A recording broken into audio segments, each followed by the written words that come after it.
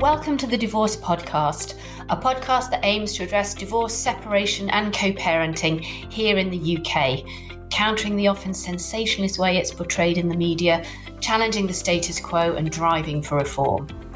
On each episode, I'm joined by experts to discuss divorce and separation and co-parenting from different angles and to give their opinions and to debate them.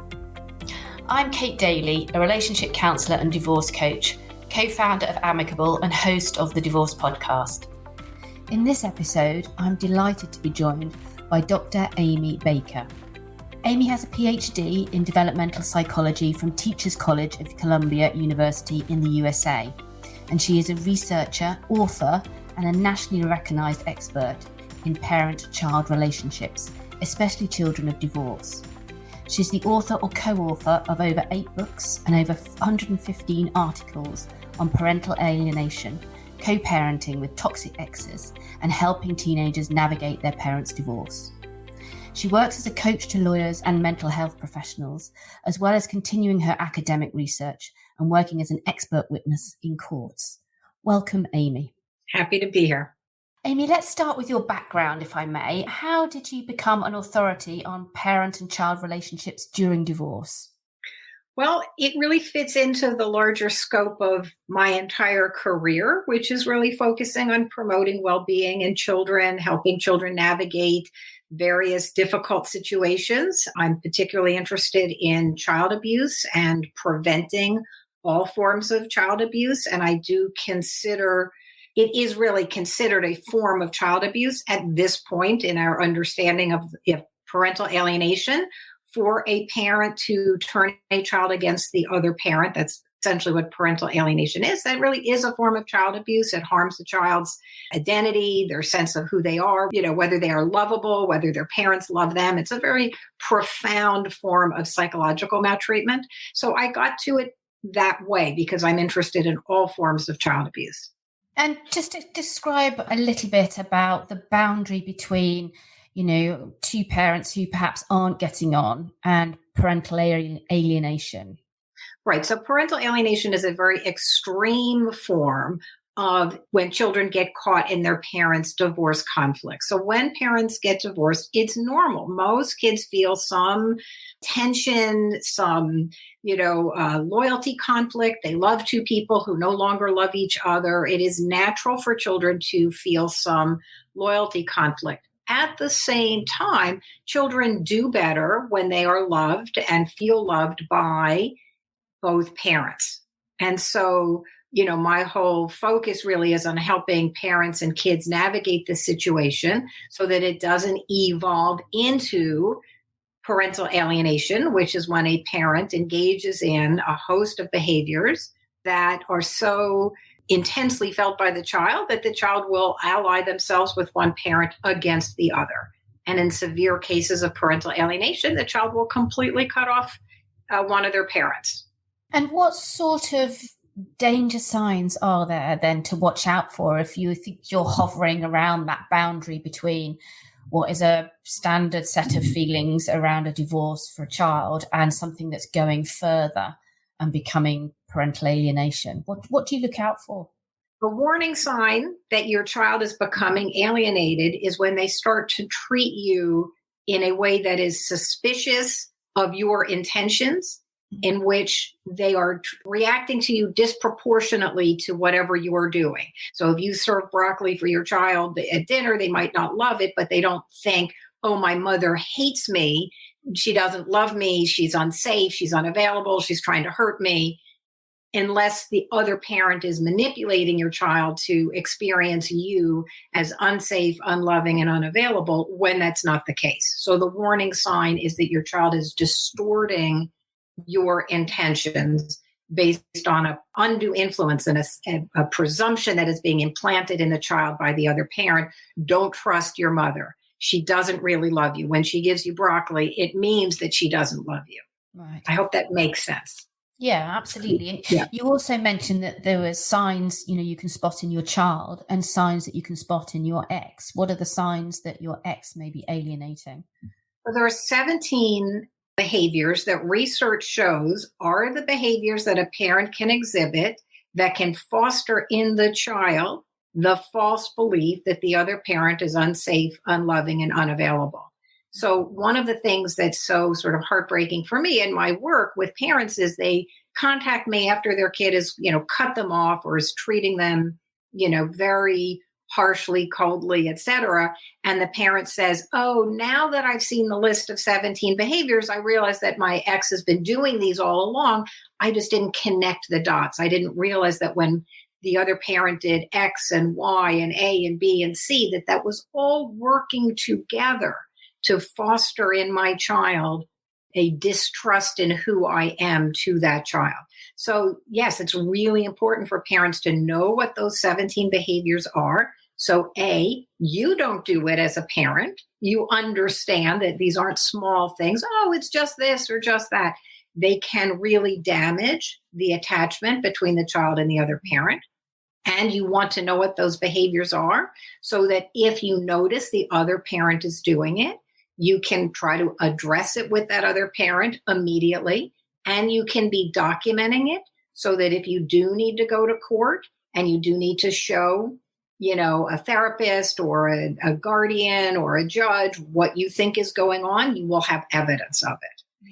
And so just examples of those 17 behaviors, referring to you by your first name instead of referring to you as mom or dad to the child, getting rid of the pictures of you in the home, obviously telling the child or conveying to the child that you are unsafe, that you don't really love the child, limiting the child's time with you. So sort of coming early or picking up the child early or dropping off the child late or scheduling activities on your parenting time, asking the child to keep secrets from you, asking the child to spy on you, anything that betrays your trust, that encourages the child to betray your trust is an example of one of those 17 behaviors. So you do have to know what they are. So you make sure you're not doing it and you are catching it when the other parent is doing it before your child becomes so alienated that they don't even want to be with you anymore. It's a lot easier to prevent or intervene than it is to treat a severe case of alienation. Just focusing on that prevention and intervention then, what are the positive behaviors that parents can encourage between themselves when they find themselves in that co-parenting situation? What does your research show? Yeah, so this is really my favorite thing to talk about because it is focusing on the positive. And so there's so much, obviously there's a lot of content. I spend hours and hours and hours thinking about this. One thing is to ensure that you are always safe, loving, and available with your child. So that's sort of the basic. And that actually is harder than it sounds because if you're in an alienation situation and the other parent is egging the child on to be provocative, to be rude, to be uncooperative, it's easy for parents in that situation to take the bait and become either depressed or demoralized or overly reactive and angry. And then the kid thinks, gee, mom's right, dad's a jerk, or gee, dad's right, mom's sad all the time. So you have to work extra hard as a parent in this situation to ensure that you are always kind and loving to your child. That does not mean giving your child everything your child wants. One of my favorite examples is, if your child asks you for ice cream for breakfast, you could say, that's ridiculous. Who eats ice cream for breakfast? Who told you to do that? Did your other parent put you up to this? You can come at it in a very, very negative way. The alternative is not getting out the bowl and scoop and giving your child ice cream for breakfast. The alternative is to say to your child, oh, don't you wish ice cream were a healthy breakfast choice? That would be so fun. You can have pancakes and waffles for breakfast, and maybe there'll be time for ice cream later. So it's how you say no, how you talk to your child moment by moment that makes a difference. And one of the things I say to parents going through this is, most kids do not reject parents. But if you are in a high conflict divorce, which thankfully is not always the case, but if you are, and the other parent is undermining your child's trust in you, sense that you are safe, you don't have the luxury of saying to your child, that's ridiculous. Who eats ice cream for breakfast? Because you're reinforcing the lie that you are unloving. So you have to be, the A++ parent. You don't get to say, that's ridiculous, who eats ice cream for breakfast. You always have to find a way to stay connected. So if your child is talking to you in what you might find to be an unpleasant tone of voice, I don't think it makes sense to say to your child, you're being rude. So this is another one of my parenting strategies. I encourage parents not to use negative labels. That's rude. That's nasty. Who told you to talk that way? Go to your room until you can be polite. What I teach parents to say is sort of a 3-step process. The first is to acknowledge and show that you care. So you would say to your child, let's say your child is yelling and cursing at you, which nobody likes. You would say, wow, you are really upset. I really want to understand what's going on. So that's the first step, is to show that you care. You acknowledge your child is upset about something. You don't focus on the bad behavior. Then the second part is to describe in a neutral, non-shaming, non-blaming way what the child is doing that you're finding unpleasant. So you don't say, that's so rude and disgusting and nasty of you. You would say, the tone of your voice is very loud. It's hurting my ears. Or you're using curse words at me and I find that unpleasant. So you describe in just a neutral, descriptive way what the child's doing that you don't like. And then you end with an invitation. Can you please say that again? Can you please tell me what's going on without cursing at me? Or can you please say it in a quieter tone of voice? So you're always prioritizing the connection with the child rather than focusing on what the child is doing that you don't like. So that's just an example of the kind of thing I work on with parents. I think it's really useful, a really fascinating example as well, because it's so difficult when you're going through a divorce to stay connected to your children when you've got so many other things going on. You're holding down a job, you're dealing with the divorce itself. I think many parents are really desperate to find some strategies that will work so that they can keep that connection. So thank you. That's a really good example. Yeah, I think part of what's happening is the other parent is setting up the kid to bring out the worst in the targeted parent. And then the targeted parent inadvertently reinforces the lie and makes the lie a truth. And if the lie is unsafe, unloving, and unavailable. So that's your mantra. Your North Star is always, how can I be safe, loving, and available? And be kind to myself. I'm a parent. I don't want to be spit at. I'm a person. I don't want to be yelled at. I don't want to be, talked to in a way that feels demeaning to me. So you have to find ways to give feedback to your child that don't demoralize the child or reinforce that you are unloving. Let's go up the age bracket a little bit then, because one of the things that we deal with a lot and get a lot of questions around is what happens when children get a bit older and they go through that stage of not wanting to be with one parent or another. How can you deal with that as parents together to make sure that those valuable links and time with the other parent, particularly if it's the non-resident parent, how do you reinforce that relationship and promote that relationship where you can't force anymore because they're 13, 14, 15 or whatever? So what are the tactics that you need to employ at that age? Well, I do believe that you can force. I don't believe, I really am not, I don't believe in any punishment, really. I think there are ways to navigate most situations without invoking authority over a child. Mm-hmm. However, if you are the favored parent, the parent that the child says, I want to be with you, I don't want to go visit dad this weekend, let's just say. Mm-hmm. Unless the other parent is abusive, then you should be making your child spend time with that other parent. And for a parent to say, so, again, I'm seeing sort of the hardcore cases, right, where there's really a lot of conflict. For a parent to say, I can't make my child go. What am I going to do? Strap them to the roof of the car? That really doesn't make sense to me, because parents have ways of getting their kids to do things that the kids don't want to do. And so, the question that I would ask is, well, do you make your child go to school? What would you do if your child needed life-saving surgery? Would you say, oh, I can't make them go? Are you saying you're an ineffective parent? I mean, because really, when parents say, I can't make my child go, if they, the parent, really want that child to go, they will make that happen. Parents have all sorts of ways of getting their kids to do things kids don't want to do.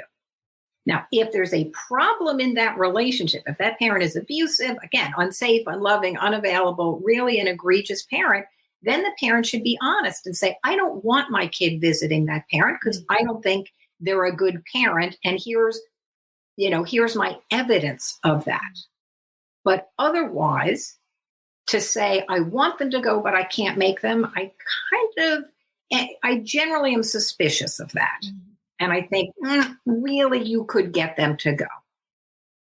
And how do you work with parents if they're in that cycle already? So let's say, you've got parents where that sort of behavior is going on. How do you work with a parent to recognize their power in that situation? Well, I think it really depends on how conflicted and how conscious how conflicted the relationship is. Again, I'm dealing with sort of cases where relationship is really broken down. Ideally, if you start to sense that the other parent is undermining your relationship with the kids, the first thing, of course, you have to look at yourself. Am I doing something that's making my child not want to be with me? And you can even talk to the child like, I'm concerned about our relationship. I'm noticing you seem a little hesitant to come. How can I make this time together better? So you have to start by looking at yourself, not just pointing the finger at the other parent. Mm-hmm. But let's say you've gone through that process and then you really do think, I really think the other parent is undermining me. You can start by asking that other parent, like, am I doing something that's making you uncomfortable sending our kids back to me? Do you have any concerns? Do you feel that I'm not paying enough attention to them or whatever? So again, you can start with the collaborative approach. And a lot of times people can kind of adjust and say, oh, gee, I didn't realize I was undermining. And I thought it was helpful to give the kids a choice whether to visit you or not. But now I realize that giving them a choice is actually creating pressure on them. But let's say you've gone through that. You've looked at yourself, you've talked to your kid, you've talked to the other parent, and still it's not working. And the other parent is still, rescuing the child from you, letting them come back to them on your parenting time, calling you by their first name. They have a new significant other who they're referring to as mom or dad. I mean, if you're already sort of down that road, you probably need help from a legal or mental health professional to intervene and advocate for you to try to bring the family back into adjustment. Sometimes that can happen through mental health professionals.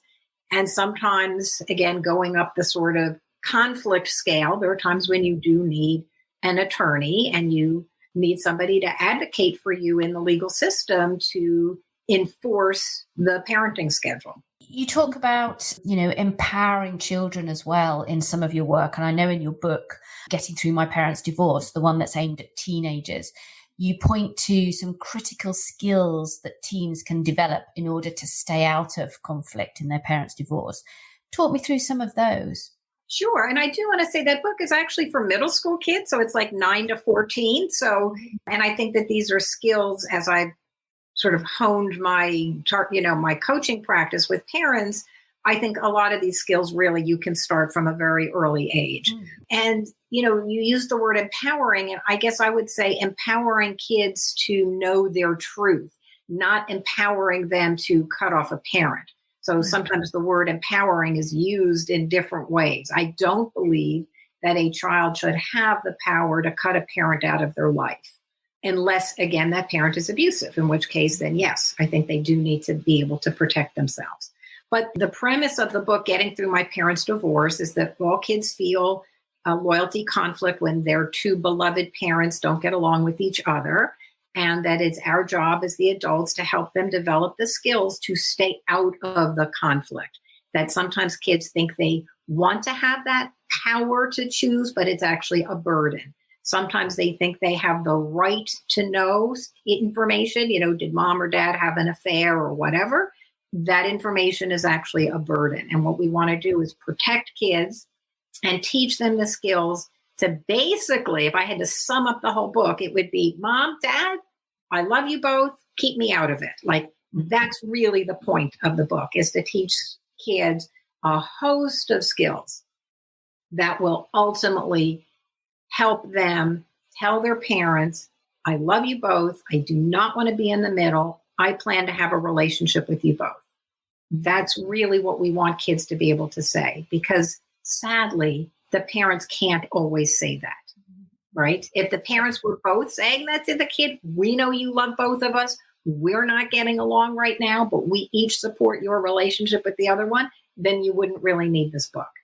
So the book is really for kids whose parents are intentionally or otherwise drawing them into the conflict, wanting the kid to ally with them against the other parent. And so I think there are 6 or 7 skills that we try to teach kids in the book.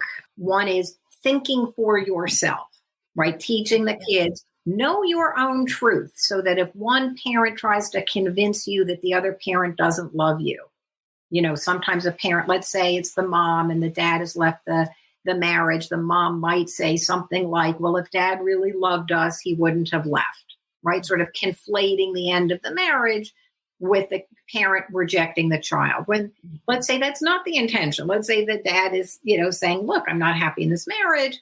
I want a divorce. That doesn't mean the parent wants to divorce the child, but the rejected parent might want to encourage the child to think, oh, daddy doesn't love us anymore.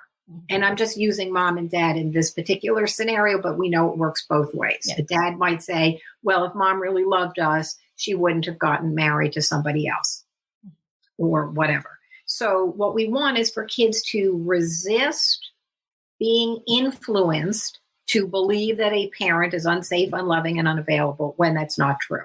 So we want to teach kids, how do you know your truth? And so one of the things that I encourage parents to do, aside from giving their kid this book, is when their kid makes a declaration, even if it's one you agree with, like cheating is wrong, rather than saying, oh, I'm so glad you know cheating is wrong, you know, good girl for knowing that, to say, what an interesting idea. How did you come to that? To encourage kids to question authority and to sort of test their beliefs against facts and against, you know, truth, so that they will be less likely to be unduly influenced to think that a parent doesn't love them when that's not the case. So that's one skill. We call it thinking for yourself, but really it's critical thinking skills. The next is considering your options. We know a lot of these kids get into trouble when a parent sort of pressures them, call your mother right now and tell her you don't want her coming to your party. You know, just because she paid for it doesn't mean she has a right to be there, and you don't feel comfortable with your mother being there, right? So you need to call her right now and tell her not to come. A lot of times these kids feel pressure in the moment to comply with what a parent is doing. And what we want to do is help kids pause before they just give in to that pressure. They consider their options. One of the things we teach in the book is there's usually more than one option. There's usually multiple ways to handle a situation and to consider your options. So one of the things I teach my parents in the coaching, when their child comes to them with a problem, not to just tell them the solution, but to say, sounds like you're kind of worried, you know, that you're going to fail your math test. What's your plan? What are some things you're considering doing to create in the child an understanding that there are usually multiple ways to handle any situation. And you don't have to do the first thing that comes into your mind. And you don't have to do something just because somebody else is pressuring you to do it. And you can see, obviously, how this would be helpful for peer pressure. It's not just pressure from a parent. So there's sort of multiple benefits. So another sort of big emphasis in the book is having a set of core values. And one of the things that I focus on in my coaching is 3 values in particular: forgiveness, compassion, and integrity. Each one is highly relevant for loyalty conflict situations. And if we can teach kids to value forgiveness and value compassion and value integrity, and there's lots of ways to do that to help nurture that value in a child. If children do value that in themselves, yes, I'm a person who believes in forgiveness, I'm a person who believes in compassion, it's going to be a lot less likely that the child is going to cut off a parent. So I know we might be running out of time, but I'm just sort of going through some of the skills that we try to teach kids in those books. And even if you don't have the book, there are ways to teach those skills to kids just through how you interact with your child. If you role model for your child compassion or forgiveness, if your child hurts your feelings and you say, I forgive you because it will be better for our relationship, I'm going to let go of that. So you can demonstrate forgiveness or notice when your child is exhibiting it and comment on it rather than saying, oh, you're so good for sharing that cookie with your child, with your sister. You could say, wow, I noticed your sister was really annoying you this morning and still you're sharing your cookie. You're showing forgiveness. I'm noticing that in you. So there are ways to cultivate these values in kids, whether you have the book or not, to help protect them from becoming alienated.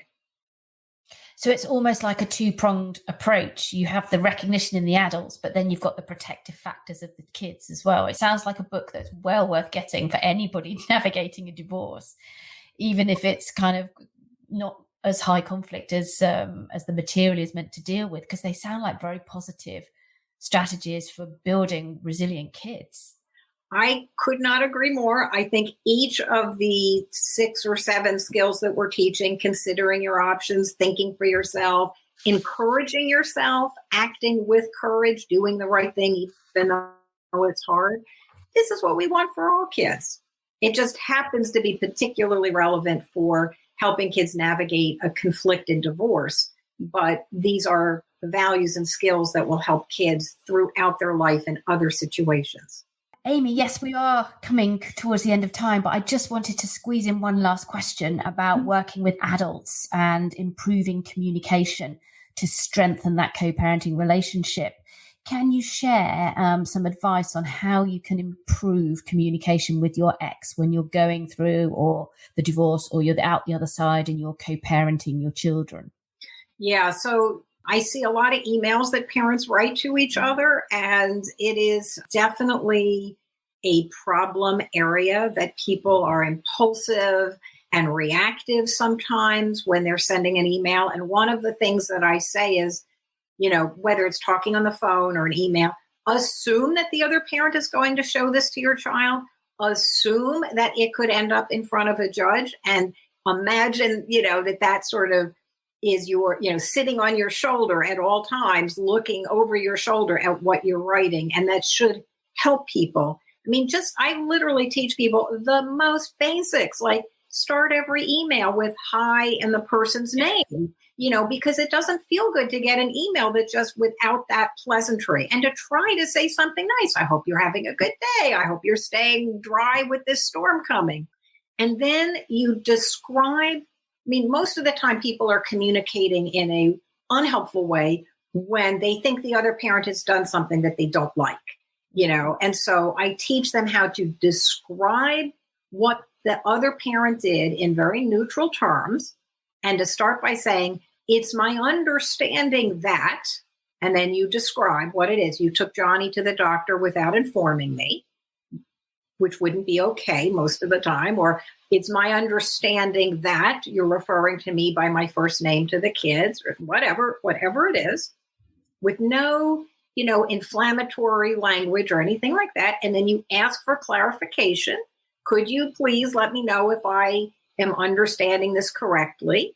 And then, thank you for your time. Like, just very brief and friendly without any of the inflammatory, once again, you have behaved badly, and I often encourage people to write 2 versions of the email. One they're not going to send. It's just the venting, you son of a whatever, I can't believe you once again did this thing that, what are you trying to do? Ruin our kids, and then they write the one that they're actually going to send.